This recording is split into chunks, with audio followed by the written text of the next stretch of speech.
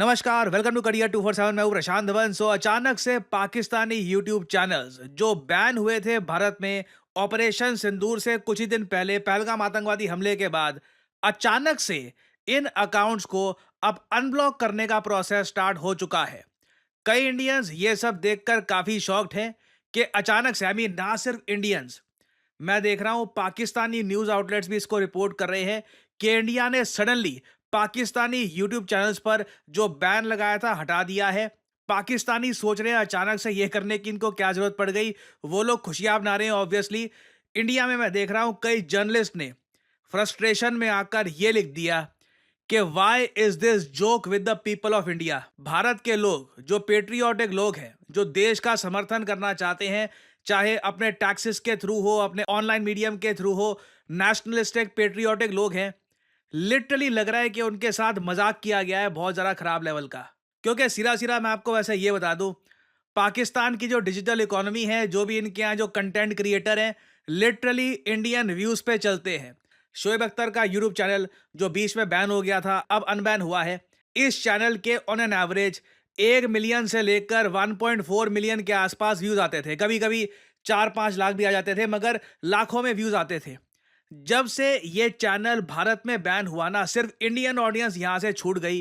30,000 40,000 views पे आ गया था ये चैनल। और सिमिलरली मैं आपको बहुत सारे पाकिस्तानी चैनल दिखा सकता हूं जहां पर सडनली इंडिया में बैन लगने के बाद व्यूज बहुत ज्यादा गिर गए थे। इनके इंस्टाग्राम हैंडल्स आप अगर देख लीजिए, कई जो लोग हैं जिनको भारत पाकिस्तान में माना जाता है, सेलिब्रिटीज हैं, सडनली एक्सपोज हो गया था कि उनकी एक्चुअल फॉलोइंग कितनी है अगर आप इंडियन फॉलोइंग वहां से हटा दो। मगर अब सडनली हम देख रहे हैं एक के बाद एक ऐसे डिसीजन लिए जा रहे हैं जिससे पाकिस्तान बहुत ज्यादा प्लीज होगा। ना सिर्फ ये यूट्यूब वाला, ये यूट्यूब अनब्लॉक क्यों किया गया ये तो मैं आपको साफ साफ बता दूं, किसी को समझ ही नहीं आ रहा।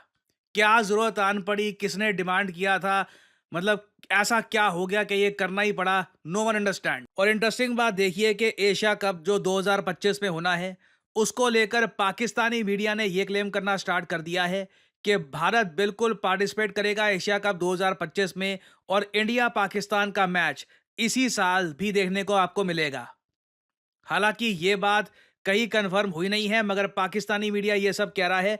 रीजन मैं आपको वैसा ये बता दूं, बीसीसीआई के पास होस्टिंग राइट्स हैं इस बार के एशिया कप के। अगर भारत में इसको होस्ट किया जाता है तो पाकिस्तान की टीम इंडिया में आएगी। अगर ये भारत में होस्ट नहीं किया जाता तो ये न्यूट्रल वेन्यू में यूएई वगैरह में होगा, वहां पर इंडिया पाकिस्तान खेलेंगे। अगेन इन सब चीजों से दिखता है कि इंडिया एक्चुअली एक सॉफ्ट स्टेट है। भारत को एक सॉफ्ट स्टेट क्यों कहा जाता है? यहां पे हम बात कर रहे हैं पाकिस्तान जैसे देश के बारे में, जिसने लिटरली भारत पर आतंकवाद स्पॉन्सर करने के बाद हमारे कई निहत्थे सिविलियंस को बॉर्डर एरिया पे मारा। फॉर एग्जाम्पल जम्मू में आपको याद होगा पाकिस्तान ने कितनी ज्यादा आर्टिलरी शेलिंग करी थी। गोल्डन टेम्पल को भी इन लोगों ने टारगेट किया। हमारे देश की कैपिटल की तरफ भी एक मिसाइल लॉन्च किया। अब उस कंट्री के साथ कुछ ही महीनों बाद ना हम क्रिकेट मैच भी खेलेंगे। इनके सारे जो सेलिब्रिटीज हैं इनको भी अनब्लॉक कर दिया गया है। ये अगेन मैं यही बोलूंगा, यहाँ पर एक जर्नलिस्ट ने सही लिखा है, this is like a joke with the people of India. और आप में से कुछ लोग मुझसे ये पूछ सकते हैं यहाँ पर कि जो ये वर्ड्स हैं सॉफ्ट स्टेट, इसका मतलब क्या होता है? सुना सुना लग रहा है। काफी बार भारत के बारे में बोला जाता है कि India is a soft state. Soft state एक ऐसा देश होता है, या एक आप कह लीजिए एक ऐसी सरकार होती है जो मुश्किल निर्णय लेती नहीं है। क्यों? क्योंकि प्रॉब्लम आएगी, दिक्कत आएगी, कहीं ना कहीं लॉस होगा। Keep everything easy. आप अगर देखिए हिस्ट्री में जो लेजेंडरी लीडर्स आए हैं, लेजेंडरी गवर्नमेंट्स आई हैं, जो लेजेंडरी पीरियड्स आए हैं कंट्री के इतिहास में, वहां पर एक देश ने ना मुश्किल डिसीजन लिए हैं, डिफिकल्ट डिसीजन जो एक बार को लोगों को पसंद नहीं आ रहे थे, मगर फ्यूचर को ध्यान में रखकर वो डिसीजंस लिए गए। इंडिया में अनफॉर्चुनेटली डोमेस्टिक लेवल पे भी हम देखते हैं कि हम वो मुश्किल डिसीजन लेते नहीं है। अब हम देख रहे हैं कि यहाँ पर भी ना जो ये अनब्लॉक कर दिया और धीरे धीरे एशिया कप भी खेल रहे हैं हम यहाँ पर। और एलओसी में भी हम देख रहे हैं कि पाकिस्तान जो अपने टेरर लॉन्च पैड्स हैं इनको वापस रीबिल्ड कर रहा है। एक जेन्युइन फीलिंग आ रही है सॉफ्ट स्टेट की। यूनिवर्सिटी ऑफ पेंसिल्वेनिया यूएसए में, पेंसिल्वेनिया बहुत ही फेमस स्टेट है यूएसए की, वहां पे university of Pennsylvania world round है। इन लोगों ने 2010 में एक डॉक्यूमेंट छापा था भारत के बारे में। उस डॉक्यूमेंट में ना जो पहली लाइन थी, वहां पर भारत के जो पूर्व डेप्यूटी नेशनल सिक्योरिटी एडवाइजर रह चुके हैं सतीश चंद्र, इन्होंने कहा था भारत के बारे में कि इंडिया की प्रॉब्लम पता है क्या है? इंडिया की प्रॉब्लम ये है कि हमने कभी भी एक प्राइस इंपोज नहीं किया किसी भी देश पर for action taken against us. यही भारत की प्रॉब्लम है। ये बात 2010 में छापी गई थी, 2025 में भी शाश्वत है कि हम लोग प्राइस इंपोज नहीं करते। जयशंकर साहब बोल देते हैं कि प्राइस पे करना होगा, प्राइस होगा। Where is the price so far? अब उम्मीद यहाँ पर यही है, अचानक से सरकार ये भी ना बोल दे कि अच्छा इंदस वाटर ट्रीटी भी वापस अब रिस्टार्ट कर देंगे हम। At least Indus water treaty suspend रहनी चाहिए। नहीं तो सच में मैं आपको बता दूं, मैं छोड़िए, इंटरनेशनल मीडिया हर जगह ना फिर से भारत पे लेख लिखे जाएंगे कि 1960, 1990, 2010, 2025 भारत सॉफ्ट स्टेट का सॉफ्ट स्टेट ही रहा है। इधर आप देख पाओगे साफ साफ अगेन, ये फॉरेन यूनिवर्सिटीज में भारत के बारे में क्या लिखा जाता है ना, ये मैं आपको बता रहा हूं। ये ऑफ कोर्स उस टाइम इसलिए भी लिखा गया था क्योंकि जब भारत पे 26/11 हमला हुआ था, उस टाइम भी भारत को मतलब रिएक्ट करना चाहिए था, किया ही नहीं। और इसमें अगेन यहाँ पे मैं आपसे रिक्वेस्ट करूंगा, हर चीज को राइट विंग लेफ्ट विंग के रूप में मत देखो। पिछले 20-25 साल में कोई भी लीडर आया है ना, उसने इंडिया के एनिमीज पर बड़ी कॉस्ट इंपोज करी नहीं है अभी तक। और इसीलिए यहाँ पे आप देख पाओगे many Indians believe that the country's external enemies, Bharat के जो बाहर के दुश्मन हैं, rivals friends alike, perceive India to be a pushover. एक कड़वी बात बोलूंगा, सोशल मीडिया पे चेक करना, नेपाल के लोग काफी बार इंडिया के बारे में नाप छनाप क्यों लिख देते हैं।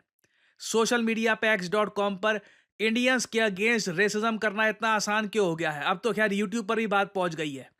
हम कुछ करते नहीं है, साफ साफ बोल रहा हूं, हम कुछ करते नहीं है।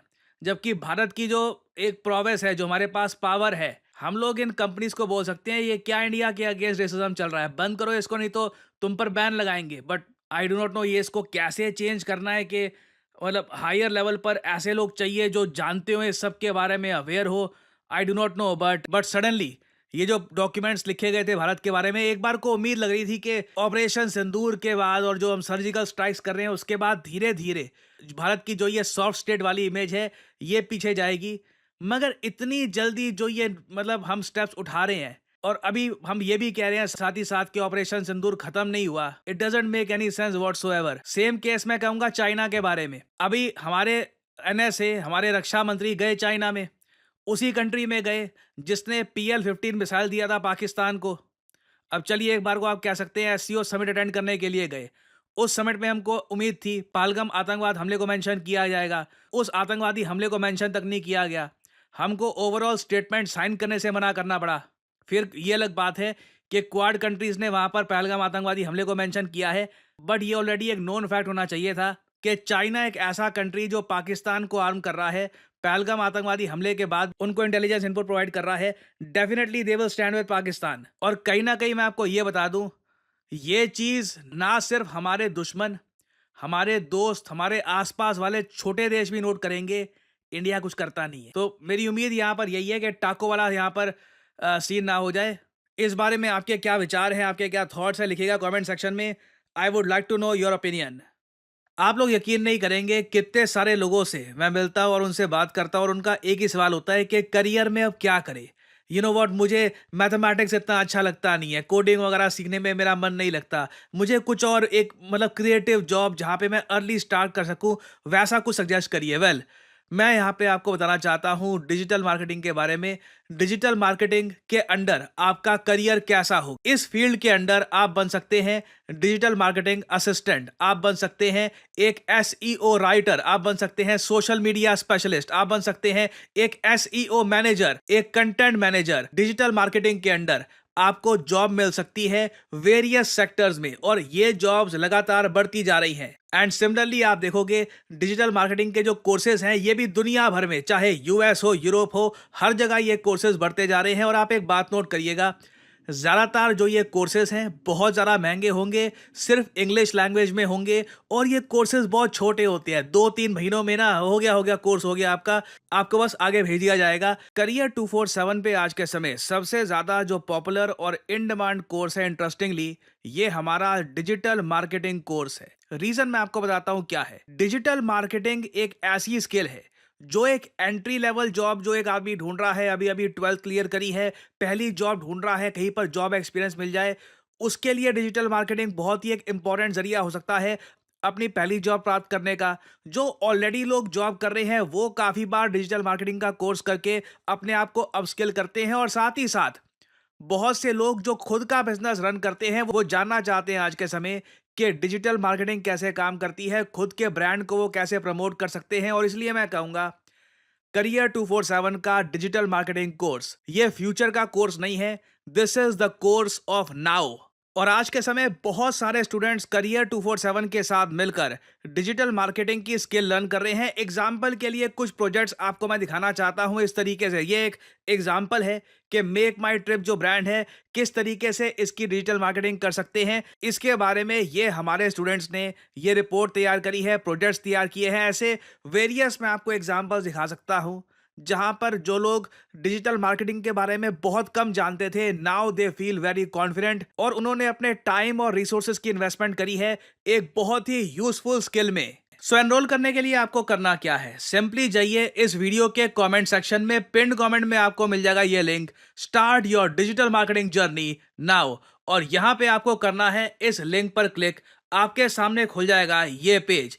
इधर अपना नाम, ईमेल आईडी, फोन नंबर और ऑब्वियसली डिस्काउंट कोड यहाँ पे डाल देना PD10, ताकि जो प्राइस है इस कोर्स का इससे बहुत ज्यादा कम प्राइस में आपको ये कोर्स मिले। अगर आप कोड डालना भूल जाओगे तो प्राइसेस आपको काफी इंक्रीज मिलेंगे यहाँ पर। So always enter the code PD10 and simply apply, that's all I am saying, simply apply. Career 247 की तरफ से कंसल्टेंट आपको कॉल करेंगे, आप बात कर सकते हैं, जानकारी और ज्यादा प्राप्त कर सकते हैं, और आप स्टार्ट कर सकते हैं अपनी journey in the world of digital marketing. और याद रखिएगा, this is not just digital marketing, this is digital marketing with generative AI। So इसी नोट के साथ यह है वीडियो का अंत। Thank you for listening and as I always say, may the gods watch over you.